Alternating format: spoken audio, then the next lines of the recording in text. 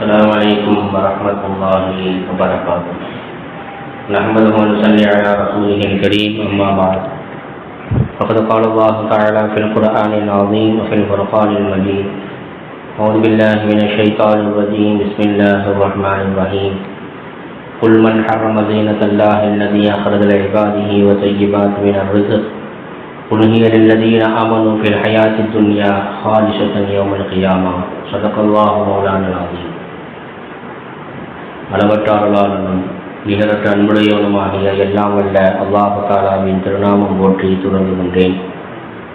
சலாத்தும் சலாமும் ஈருலகத்தல் எம்பெருமான முஹம்மதே முஸ்தபா அஹமதே முஜ்தபா ரசூலே கரீம் ஸல்லல்லாஹு அலைஹி வஸல்லம் அவர்களின் மீதும் அன்னான் நடைசுவற்றை அப்படியே பின்பற்றி வாழ்ந்த உத்தம சத்திய சஹாபாக்கள், தாபியீன்கள், தபா தாபியீன்கள், வலிமார்கள், ஷுஹதாக்கள், சாலிஹீன்கள், நல்லோர்கள், குறிப்பாக நம் அனைவரின் மீதும் அல்லாஹ்வுடைய ரஹ்மத் என்னும் கிருபை என்றும் நிலவட்டமாக ஆமீன்.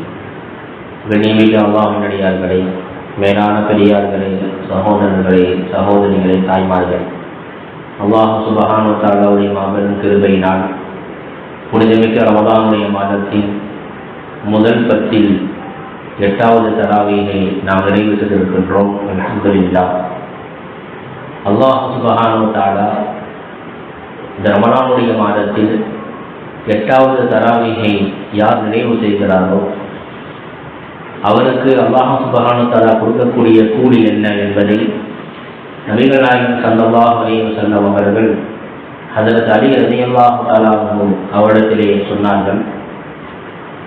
மிகவும் சுருக்கமான வார்த்தையாக இருந்தாலும் எல்லா விதமான நிஅமத்துகளையும், அதுவும் ஒரு நபிக்கு அல்லாஹ் கொடுக்கக்கூடிய எல்லா விதமான அருட்கொடைகளையும் அவருக்கு அல்லாஹ் கொடுக்கிறார். அதில் மிக முக்கியமான ஒரு நபியாகிய ஹஜ்ரத் இப்ராஹிம் அலைஹிஸ்ஸலாத்து வஸ்ஸலாம் அவர்களுக்கு அல்லாஹ் எதை கொடுத்தாலும் அவை அனைத்தையும் அவருக்கு அல்லாஹ் கொடுக்கிறார். யாருக்கு? யார் 8வது நாள் தராவீகை நிறைவு செய்தாரோ அவருக்கு அல்லாஹ் கொடுக்கக்கூடியதுன்னா ஆட்டாஹுல்லாஹுமா ஆட்டா இப்ராஹிம் அலைஹிஸ்ஸலாத்து வஸ்ஸலாம். இப்ராஹிம் அலைஹிஸ்ஸலாத்து வஸ்ஸலாம் அவர்களுக்கு அல்லாஹ் எதை கொடுத்தானோ அதை இந்த 8வது தராவீகை நிறைவு செய்யக்கூடியவர்களுக்கு அல்லாஹ் கொடுக்கிறார். இப்ராஹிம் அலைஹிஸ்ஸலாம் அவர்களுக்கு அல்லாஹ் சுப்ஹானஹு வ தஆலா நிறைய நிஅமத்துகளை கொடுத்தான். அதிலும் மிக முக்கியமான ஒரு நிஅமத்து என்ன தெரியுமா? 2. அதில் 1வது தன் நண்பனாக அல்லாஹ் ஆக்கி கொண்டான். ஹலீலுல்லாஹ். இப்ராஹிம் அலைஹிஸ்ஸலாமுக்கு இன்னொரு பேர் என்ன? ஒவ்வொரு நபிக்கும் ஒரு பேர் உண்டு. அது மாதிரி இப்ராஹிம் அலைஹிஸ்ஸலாமுக்கு பேர் என்ன? ஹலீலுல்லாஹ். அல்லாஹ்வுடைய நண்பர், உற்ற நண்பர் அப்படின்னு அர்த்தம். உருதுல ஜிகிரி தோஸ்துன்னு சொல்லுவாங்க. உற்ற நண்பர்னு சொல்றோம்ல, ரொம்ப நெருங்கிய நண்பர்கள் எனக்கு நம்ம சொல்றோமா இல்லையா? அது மாதிரி அல்லாஹ்வுக்கு நெருங்கிய நண்பர் அல்லாஹ் ஆக்கிக்கிட்டாங்க அவங்களுடைய தியாகத்தின் அடிப்படையில். 2வது என்னன்னு சொன்னா, அவர்களுடைய இந்த வயதான காலத்துல ஹஜ்ரத் இஸ்மாயில் அலைஹிஸ்ஸலாத்து வஸ்ஸலாம் அவர்களுக்கு குழந்தையாக கொடுத்தான். அதற்கப்புறம் அல்லாஹ் அவருடைய தியாகத்தை ஏற்றுக்கொண்டு இஸ்ஹாக் அலைஹிஸ்ஸலாத்து வஸ்ஸலாம் என்ற குழந்தையும் அல்லாஹ் கொடுத்ததாக குர்ஆன் சூரத்து சாஃபாத்தில் அல்லாஹ் சொல்லியிருக்காங்க. இது மாதிரி நிறைய நிஅமத்துகளை ஹஜ்ரத் இப்ராஹிம் அலைஹிஸ்ஸலாத்து வஸ்ஸலாம் அவர்களுக்கு அல்லாஹ் கொடுத்திருக்கிறார். அதே போன்று யார் இந்த 8வது நாள் தராவீகை நிறைவு செய்கிறாரோ அவருக்கு இது போன்ற நிஅமத்துகள் எல்லாம் கொடுக்கின்றான் என்று நபிகள் நாயகம் ஸல்லல்லாஹு அலைஹி வஸல்லம் அவர்கள் ஹஜ்ரத் அலி ரலியல்லாஹு தஆலா அவங்கள்ட்ட சொல்லி காட்டினார். அப்ப இதே போன்ற எல்லா விதமான நிஅமத்துகளும் நமக்கும் அல்லாஹ் தந்தது புரிவானாக. ஆமீன். கண்ணியமிக்க அல்லாஹ் நடிகார்களே, அல்லாஹ் சுப்ஹானஹு வ தஆலா மேல் சொன்ன ஆயத்துல சில மனிதர்களை பார்த்து அல்லாஹ் கேள்வி கேட்கிறான். நான் உங்களுக்கு ஹலாலான ரிஸ்கை நான் கொடுத்திருக்கிறேன், அதே போன்று உங்களுக்காக வேண்டிய நான் வெளியாக்கி இருக்கக்கூடிய, தன்னுடைய அடியாருக்காக வேண்டிய வெளியாக்கி இருக்கக்கூடிய அல்லாஹ்வுடைய அலங்காரத்தை அல்லாஹ் சில பேருக்கு சில அலங்காரத்தை அல்லாஹ் கொடுத்திருக்கிறான். அந்த அலங்காரத்தை தடுப்பவர் யார் என்பதாக அல்லாஹ் கேட்கிறான். கேட்டுட்டு அடுத்து அல்லாஹ் சொல்றான், நபியை நீங்க கேளுங்க. இதுக்கு முந்தின வார்த்தை அல்லாஹ் சொல்றான், குல் மன் ஹர்ரம ஸீனத்தல்லாஹி அல்லதி அஹ்ரஜ லிஇபாதி, என்னுடைய அடியாருக்காக வேண்டி நான் வெளியாக்கி இருக்கக்கூடிய அல்லாஹ்வுடைய அந்த அலங்காரத்தையும் வத்தையிபாத்தி மின ரிஸ்கி, ரிஸ்கிலிருந்து பரிசுத்தமானதையும் தடுப்பவர் யார் என்று அல்லாஹ் கேட்டுட்டு நபி என்ன செய்யறான்? அல்லாஹ் கேட்க சொல்றான், குல் நபியை நீங்க கேளுங்க, ஹியல்லதி ஆமனு ஃபில் ஹயாத்தி துன்யா, இது துன்யாவிலேயே அவர்களுக்கு ஈமான் கொண்டிருக்கின்றார்களே அவர்களுக்கு துன்யாவிலேயே அல்லாஹ் கொடுத்திருக்கிறது மட்டுமல்ல, ஹாலிசத்தன் யௌமல் கியாமா, நாளை மறுமையில அவங்களுக்கென்று பிரத்யேகமாக நான் என்ன செய்திருக்கிறேன், ஒரு அலங்காரத்தை, ஒரு ரிஸ்க் அவங்களுக்கு நான் வச்சிருக்கிறேன் என்பதாக அல்லாஹ் என்ன செய்யறான் சொல்றேன். இப்போ இந்த ஆயத்துல 2 விஷயத்தை அல்லாஹ் சிலரை பார்த்து அல்லாஹ் கேட்கிறான். அலங்காரத்தை நான் அவனுக்கு கொடுத்திருக்கிறேன், அதை தடுப்பவர் யார்? ஹலாலான ரிஸ்கை நான் அவனுக்கு கொடுத்திருக்கிறேன், அதை தடுப்பவர் யார்? இதுல முதல் விஷயம், அலங்காரத்தை அல்லாஹ் கொடுத்திருக்கிறான் அப்படின்னு சொன்னா, அலங்காரம் அப்படிங்கிறது மேக்கப் பண்ணிக்கிறோம் பார்த்தீங்களா, அது அலங்காரம் இல்லை. மேக்கப் பண்ணிக்கிறோம்ல, இன்னைக்கு ஆண்கள் கூட இன்னைக்கு பியூட்டி பார்லருக்கு போறாங்க, அதெல்லாம் வந்து அழகு கிடையாது. ஒரு இடத்துல கல்யாணம் நடந்துச்சு, திருமணம் நடந்துச்சு, அதில் என்ன செஞ்சாங்க, மாப்பிள்ளைக்கு மேக்கப் போட்டாங்க, பொண்ணுக்கு மேக்கப் போட்டாங்க. மறுநாள் காலையில் பார்க்குறாங்க, மாப்பிள்ளை என்ன நினச்சிட்டாரு, பொண்ணு வெள்ளை அப்படின்னு நினச்சிக்கிட்டாரு. பொண்ணு என்ன நினைச்சு, சரி மாப்பிள்ளை நம்ம தான் கருப்பாக இருக்கிறோம், மாப்பிள்ளை வெள்ளையா இருக்கிறாரு அப்படின்னு நினச்சிக்கிது. திருமணம் முடிஞ்சு முதல் இரவு முடிஞ்சு மறுநாள் காலையில் குளிச்சு கிழிச்சு 2 பேரும் வர்றாங்க, பார்த்த 2 பேருக்குமே அதிர்ச்சி, மாப்பிள்ளையும் கரு பொண்ணு கருப்பு, பெயிண்ட் அடிச்சு விட்டுருக்குறாங்க. அப்போ இது வந்து அலங்காரம் கிடையாது. அல்லாஹ் சுப்ஹானஹு வ தஆலா சில பேருக்கு முகத்திலேயே சில அழகுகளை அல்லாஹ் கொடுத்துருக்கிறோம். அதே போல ஆடைகள்லையுமே அலங்காரங்கள் உண்டு. ஆடையில் இருக்கக்கூடிய அலங்காரம் என்ன அப்படின்னு சொன்னா, சுன்னத்தான ஆடைகள். நபிகள் நாயகம் ஸல்லல்லாஹு அலைஹி வஸல்லம் அவர்கள் எந்த ஒரு ஆடையை நமக்கு வந்து அடையாளம் காட்டினார்களோ அந்த ஆடையை நம்ம உடுத்தும் பொழுது அதுவும் என்ன செய்ய நமக்கு அலங்காரமாக அமையும். அப்ப நம்ம ஆண்களுக்கு வந்து பட்டாடை என்பது அது ஹராமானது. இமாம் புகாரி ரஹ்மத்துல்லாஹி அலைஹி அவர்கள் தன்னுடைய கிதாபில் சில ஹதீஸுகளை கொண்டு வருவாங்க. அதற்கு தலைப்பே அதுக்கு பார்த்தீங்கன்னு சொன்னா, அதாவது பட்டாடைகள், அதே போன்ற அன்பளிப்பு கொடுப்பது, மாற்று மத சகோதரர்களுக்கு அன்பளிப்பு கொடுப்பது, இது போன்ற தலைப்புகள் இட்டு சில ஹதீஸுகளை கொண்டு வருவாங்க. அதில் ஒரு ஹதீஸ் வருது, உமர் ரலியல்லாஹு தஆலா அவங்களுக்கு வந்து பள்ளிவாசலில் உட்கார்ந்துருக்கிறாங்க. பள்ளிவாசலுக்கு வெளியில பட்டிலாலான ஆடை விற்பனை செய்யப்படுது அப்படின்னு கேள்விப்பட்டு பெருமானார் ஸல்லல்லாஹு அலைஹி வஸல்லம் சொல்றாங்க, ரசூலுல்லாஹ் வெளியில வந்து பட்டிலாலான ஆடைகள் என்ன செய்யறாங்க, விற்கப்படுது, நீங்க வாங்கிங்க அதை. ஏன்னா வெளிநாடுகளிலிருந்து, வெளி மாநிலங்களிலிருந்து, வெளி ஊர்களிலிருந்து உங்களை என்ன செய்யறாங்க பார்க்க வரும் பொழுது நீங்க என்ன செய்யணும், ஒரு கம்பீரமான ஒரு ஆடை உடுத்தி நீங்க உட்கார்ந்துருக்கணும், அதை நான் விருப்பப்படுறேன்னு உமர் ரலியல்லாஹு சொன்னாங்க. உடனே நபிகள் நாயகம் ஸல்லல்லாஹு அலைஹி வஸல்லம் அதை வந்து மறுத்துட்டாங்க. இது அப்படியே முடிஞ்சிருச்சு. பெருமானார் ஸல்லல்லாஹு அலைஹி வஸல்லம் அவங்களுக்கு ஒரு பட்டாடை அன்பளிப்பா வருது. அன்பளிப்பா வந்த உடனே பெருமானார் ஸல்லல்லாஹு அலைஹி வஸல்லம் சொல்றாங்க, இதை கொண்டு போய் உமர் ரலியல்லாஹு தஆலா கொடுங்க அப்படின்னு. உமர் ரலியல்லாஹு தஆலா கொண்டு வந்து கொடுக்கப்பட்டுச்சு. உமர் ரலியல்லாஹு தஆலா திரும்ப கேட்கறாங்க, யார ரசூலல்லாஹ், நான் பட்டாடை உங்களை வாங்க சொன்னேன், நீங்க வாங்க மறுத்துட்டீங்க, விலை கொடுத்து வாங்க மறுத்துட்டீங்க, இப்ப அன்பளிப்பா உங்களுக்கு வந்தது எனக்கிட்ட கொடுத்துருக்கீங்களா, இதை நான் எப்படி உடுத்துவேன், தடை செய்யப்பட்டிருக்கா இல்லையா? அப்ப ரசூலுல்லாஹ் சொன்னாங்கன்னா, நீங்க உடுத்துறதுக்காக உங்களுக்கு கொடுக்கலனா, உங்களுடைய நண்பர், காபிரான நண்பர் இருக்கிறார்ல, மாற்று மத சகோதர நண்பர் இருக்கிறார்ல, அவருக்கு அதை கொடுத்துருங்க அப்படின்னாங்க ஸல்லல்லாஹு அலைஹி வஸல்லம். அப்ப பட்டாடை அணிவது என்பது ஆண்களுக்கு ஹராம், பெண்கள் தாராளமாக அணியலாம். அப்ப இந்த ஹதீஸை வச்சு நமக்கு என்ன தெரியுது, ஆண்கள் பட்டாடை என்ன செய்யக்கூடாது, அணியக்கூடாது. அப்ப அலங்காரம் என்பது ஆடையில சுன்னத்தான ஆடைகள் என்பது நமக்கு தெரிய வருது. அதே போல ஷைத்தான் இருக்கா பார்த்தீங்களா, அந்த ஷைத்தான் வந்து முதல்ல மனிதன் அவனை கெடுக்கிறதுக்கு உண்டான முதல் வாய்ப்பு அவனுக்கு எங்க கிடைக்க தெரியுமா, ஆடையில தான். ஏன்னா ஆதம் ஹவ்வா அலைஹிஸ்ஸலாத்து வஸலாம் எங்க இருந்தாங்க, சொர்க்கத்தில் இருந்தாங்க.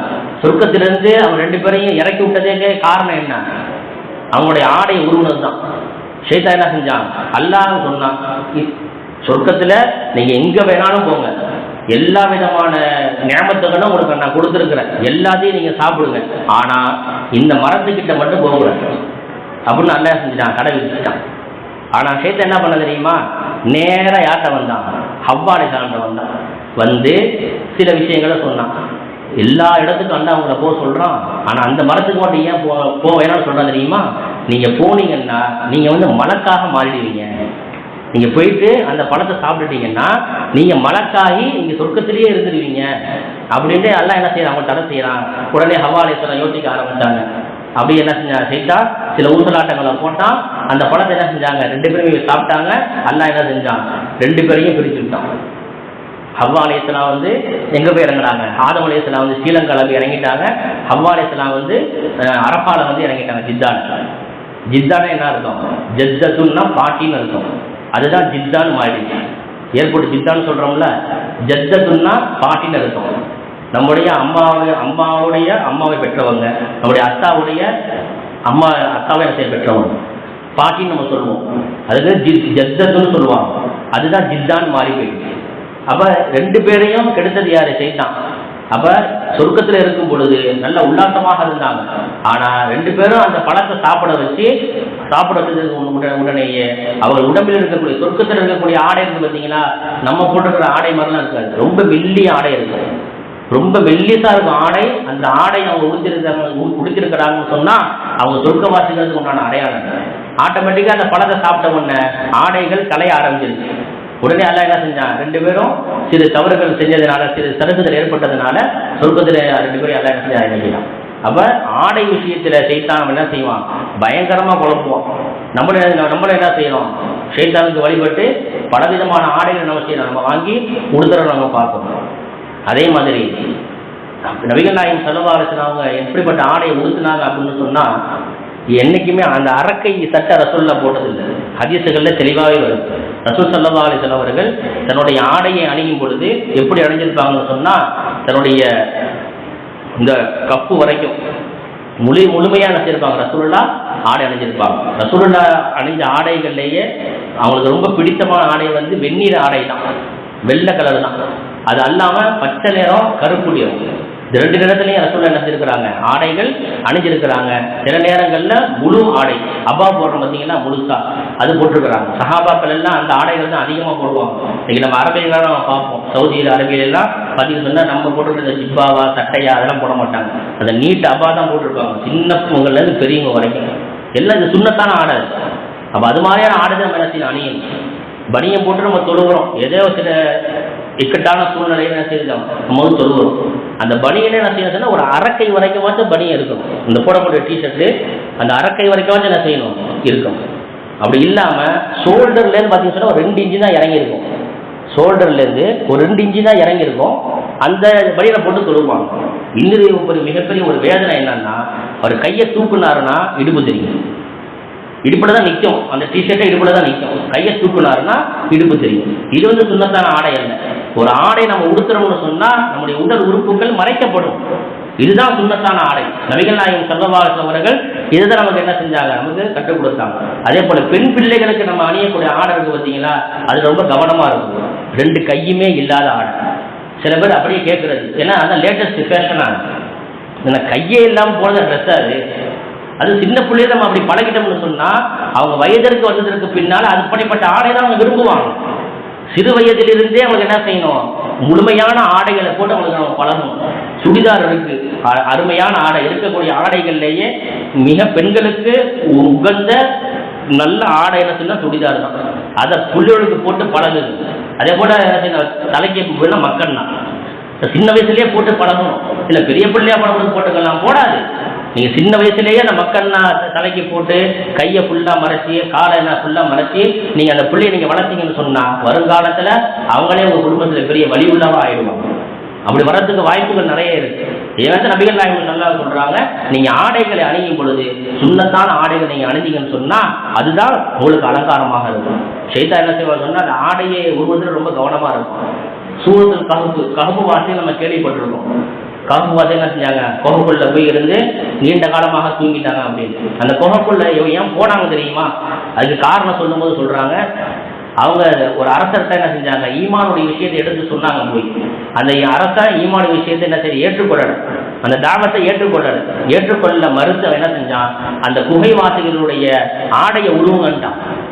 குகைவாசிகளுடைய ஆடையை உருவங்க அப்படின்ட்டான். உடனே குகைவாசி என்ன செஞ்சாங்க? எடுத்தாங்க ஓட்டம், வேகமா ஓடி போய் குகை உள்ள பூந்துட்டாங்க. அந்த குகை உள்ள போய் அவங்க தஞ்சம் புகுந்த உடனே அல்லாஹ் என்ன செஞ்சாங்க? துவா செஞ்சாங்க. இது அல்லாஹ் குர்ஆன்ல சொல்றான், இது அவள் ஃபித்யத்து இலல் கஹ்ஃபி. அந்த குகைவாசிகள் அந்த வாலிபர்கள் குகைக்குள் தஞ்சம் புகுந்த அந்த நேரத்திலே ஃபகாலு ரப்பனா ஆத்தினா மின் லதுன்க ரஹ்மா, இறைவா உன் குலத்திலிருந்து ரஹமத்தை எங்களுக்கு நீ தருவாயாக, வஹய்யி லனா மின் அம்ரினா ரஷதா, எங்களுடைய காரியங்களை எங்களுக்கு நீ லேசாக்கி தருவாயாக என்று அல்லாஹ் துவா செஞ்சாங்க. உள்ள போனாங்க, அந்த என்ன செஞ்சிருச்சு? அந்த பெரிய பாறை வந்து மறைச்சிருச்சு. கிட்டத்தட்ட தூங்கினா கிட்டத்தட்ட 300 ஆண்டுகள் என்ன செஞ்சிட்டாங்க? தூங்கிட்டாங்க. அவங்க தூங்கும் பொழுது சூரியன் உதயமாகக்கூடிய நேரம். அவங்க விழிக்கும் பொழுது சூரியன் மறையக்கூடிய நேரம். அப்ப பாக்குறாங்க நம்ம வந்து ஒரு நாள் தான் தூங்கி இருப்போம் போல இருக்கு அப்படின்னு அவங்க நினைச்சாங்க. ஆனா அல்லாஹ் குர்ஆன்ல சொல்றான், நீங்க தூங்குனது ஒரு நாள் இல்ல, 300 ஆண்டுகளுக்கு மேலாக நீங்க என்ன செய்யிருக்கிறீங்க, நீங்க தூங்கி இருக்கீங்க. உங்களுடைய உடல் மண்ணிலைப்பட்டு வீணாக கூடாது என்பதற்காக வேண்டி உங்களை நாம் என்ன செஞ்சோம், உங்களை புரட்டினோம் என்பதாக அல்லாஹ் குர்ஆன் என்ன செஞ்சான் சொல்லி காட்டும். அப்ப அந்த ஆடை விஷயத்துல ஷைத்தான் நம்மளை என்ன செய்வான், நம்மளை கெடுக்க முயற்சி பண்ணுவோம். அப்ப நமக்கு ஆடையாக இருந்தாலும் சரி, நம்முடைய மனைவிக்காக இருந்தாலும் சரி, நம்முடைய பிள்ளைகளுக்காக இருந்தாலும் சரி, அந்த ஆடைகள் சுன்னத்தான ஆடைகளாக இருக்க வேண்டும். இதைதான் நபிகள் நாயகம் ஸல்லல்லாஹு அலைஹி வஸல்லம் என்ன செய்யறாங்க, நமக்கு விரும்புறாங்க. அதே போல தொப்பி போட்டு என்ன செய்ய தலப்பா கட்டுறோம் பாருங்க, தொப்பி போட்டு என்னைக்காச்சும் ஒரு நாள் என்ன செய்யணும், தொப்பி எல்லாம் வந்துட்டோம் தொழுதுட்டோம்னா அது வேற. எப்போதுமே தொப்பி போடாமல் தொழுறோம் பார்த்தீங்களா, அப்படி இருக்கக்கூடாது. இது சுன்னத்துக்கு மாற்றம். ரசூலுல்லாஹ்வின் முஹப்பத் இருக்குங்கிறதுக்கு வெளிப்பாடு என்ன, தலையில தொப்பி போடணும். தொப்பி போடுறது மட்டும் இல்லை, தொப்பி போட்டு தலப்பாகையும் கட்டும். சில பேர் பார்த்தீங்கன்னு சொன்னா தலப்பாகையோடய சுற்றுவாங்க. சில பேர் ஏன் சுண்ணத்திலேயே இருக்கிறாங்க, நாள் முழுக்க சுண்ணத்திலே இருக்கிறாங்க, தூங்கும்போது கழட்டாங்க கூட தெரியாது. அது மாதிரி நிறைய பேர் இருக்கிறாங்க. வட மாநிலங்கள்லாம் போய் பார்த்தீங்கன்னு சொன்னா, டெல்லி இது போல பகுதியில் பார்த்தீங்கன்னா 24 hours என்ன செய்யலாம், தலப்பாயோட தான் இருப்பாங்க. சுண்ணத்து தொப்பி போட்டு அதுக்கு மேலே தலப்பாகறது சுண்ணத்துன்னு சொன்னாங்க ரசூல் ஸல்லல்லாஹு அலைஹி வஸல்லம். ஃபத்ஹே மக்கா வெற்றி கொண்ட சமயம் நபிகள் நாயகம் ஸல்லல்லாஹு அலைஹி வஸல்லம் அவர்கள் தன்னுடைய தொப்பியின் மீது தலப்பாகையும் கட்டியிருந்தாங்க அப்படின்னு ஹதீஸ்கள்ல வருது. அப்ப தொப்பி போடுறது ஒரு சுன்னத். அந்த சுன்னத்தை நம்ம கடைபிடிச்சோம்னு சொன்னா, அதே போல அந்த சுன்னத்தை நாம் கடைபிடிக்கும் பொழுது அதுல வரக்கூடிய இன்பம் இருக்கும் பார்த்தீங்களா, ஒரு சந்தோஷம், அது அலாதியாங்க. ரசூலுல்லாஹ்வுடைய சுன்னத்தை நம்ம பின்பற்றிட்டோம் அப்படின்னு சொன்னா அதுல வரக்கூடிய ஒரு சந்தோஷம் பார்த்தீங்கன்னா, உள்ளுக்குள்ள தனி ஒரு சந்தோஷம் வரும் நமக்கு. எப்பெல்லாம் ரசூலுல்லாஹ்வுடைய அந்த சுன்னத்தை நாம் வாழ்க்கையில பின்பற்றுகின்றோமோ ஆட்டோமேட்டிக்கா என்ன செய்யும், உள்ளத்துல ஒரு தனிப்பட்ட சந்தோஷம் வரும். என்ன செய்யணும், தொப்பி இஸ்லாத்தினுடைய மிகப்பெரிய ஒரு மணிமகள். நம்ம எதுக்கு எங்க வரோங்க, பள்ளியாசலுக்கு வரோம். அல்லாஹ் குர்ஆன்ல சொல்றானே இல்லையா, யா பனி ஆதம புது உஸீனத்துக்கு இந்த புள்ளி மஸ்ஜிதின், ஆதமுடைய மக்களே நீங்க என்ன செய்யுங்க, பள்ளிவாசலுக்கு வரும் பொழுது அலங்காரத்தோட வாங்க அப்படிங்க. இப்ப நம்ம தொப்பி இல்லாம வந்து பள்ளியாசல உட்கார்ந்து சொன்னா நம்ம எங்க உட்கார்ந்து இருக்கிறோம்? நீங்க இருக்கக்கூடியவர்களுக்கு, இமாமுக்கோ முஅத்தினுக்கோ நிர்வாகிக்கோ யாருக்கும் நீங்க மதிப்பு கொடுக்க வேணாம், மரியாதை கொடுக்க வேணாம். நம்ம எங்க உட்கார்ந்து இருக்கோம், அல்லாஹ்வுடைய வீட்டில் உட்கார்ந்துருக்கோம். அப்ப எப்படி நம்ம உட்காரணும், கண்ணியத்தோடு ஒரு மரியாதையோடு தொப்பி போட்டு நல்ல ஆடைகள் உடுத்து உட்காரணுமா இல்லையா? ரசூல் ஸல்லல்லாஹு அலைஹி வஸல்லம் அவர்கள் ஒவ்வொரு தடவைக்கு பள்ளியாசலுக்கு வரும்பொழுதும் சரி, அதே போன்று இமாம்களும் சரி, ஒவ்வொரு நேரத்தில் என்ன செய்வாங்க, புத்தாடைகள் வந்து அணிவாங்க. அதே மாலிக் ரஹ்மத்துல்லாஹி அலைஹி அவர்கள் பெருமானார் ஸல்லல்லாஹு அலைஹி வஸல்லம் ஹதீஸ் பாடத்தை நடத்தும் பொழுது ஒவ்வொரு நாளைக்கு புது ட்ரெஸ் உடுத்துவாங்க. அப்ப வருஷத்துக்கு 365 ஆடைகள். ஏன் ரசூல் ஸல்லல்லாஹு அலைஹி வஸல்லம் மீது உள்ள அன்பு, அவங்களுடைய ஹதீஸ்களை நடத்தக்கூடிய அந்த நேரத்தில் என்ன செய்வாங்க, ஒவ்வொரு நாளும் புத்தாடை அணிந்து என்ன செய்வாங்க, ரசூலுல்லாஹ்வுடைய ஹதீஸ்களை நடத்துவார்கள் என்பதாக அவங்களுடைய வரலாற்றை நாம் பார்க்க முடியும். ஆகவே அல்லாஹ் சுப்ஹானஹு வ தஆலா நாம் உடுத்தக்கூடிய ஆடைகள் சுன்னத்தான ஆடைகளாகவும், அந்த சுன்னத்தான ஆடைகள் அலங்காரமான ஆடைகளாக ஆகுவதற்கு அல்லாஹ் உதவி செய்வானாக. நாம் செய்திருக்கக்கூடிய எல்லா விதமான அமல்களையும் அல்லாஹ் கபூல் செய்து கொள்வானாக. நாம் செய்திருக்கக்கூடிய சிறிய பாவங்கள், பெரும் பாவங்கள், அவை அனைத்தையும் அல்லாஹ் மன்னித்து அவை அனைத்தையும் நன்மைகளாக நமக்கு அல்லாஹ் மாற்றி தருவானாக. இந்த எப்படி இந்த துன்யாவிலே ஒரு அலங்காரமான ஆடை நமக்கு அல்லாஹ் கொடுத்தாலும், இதே போல் நாளை மறுமையிலே சொர்க்கத்திலே இதைவிட பன்மடங்கு உயர்வான ஒரு ஆடையை நம் அனைவருக்கும் அல்லாஹ் தந்தல் புரிவானாக. அல்ஹம்துலில்லாஹி ரப்பில் ஆலமீன். அஸ்ஸலாமு அலைக்கும் வரஹ்மத்துல்லாஹி தஆலா வபரகாத்துஹு.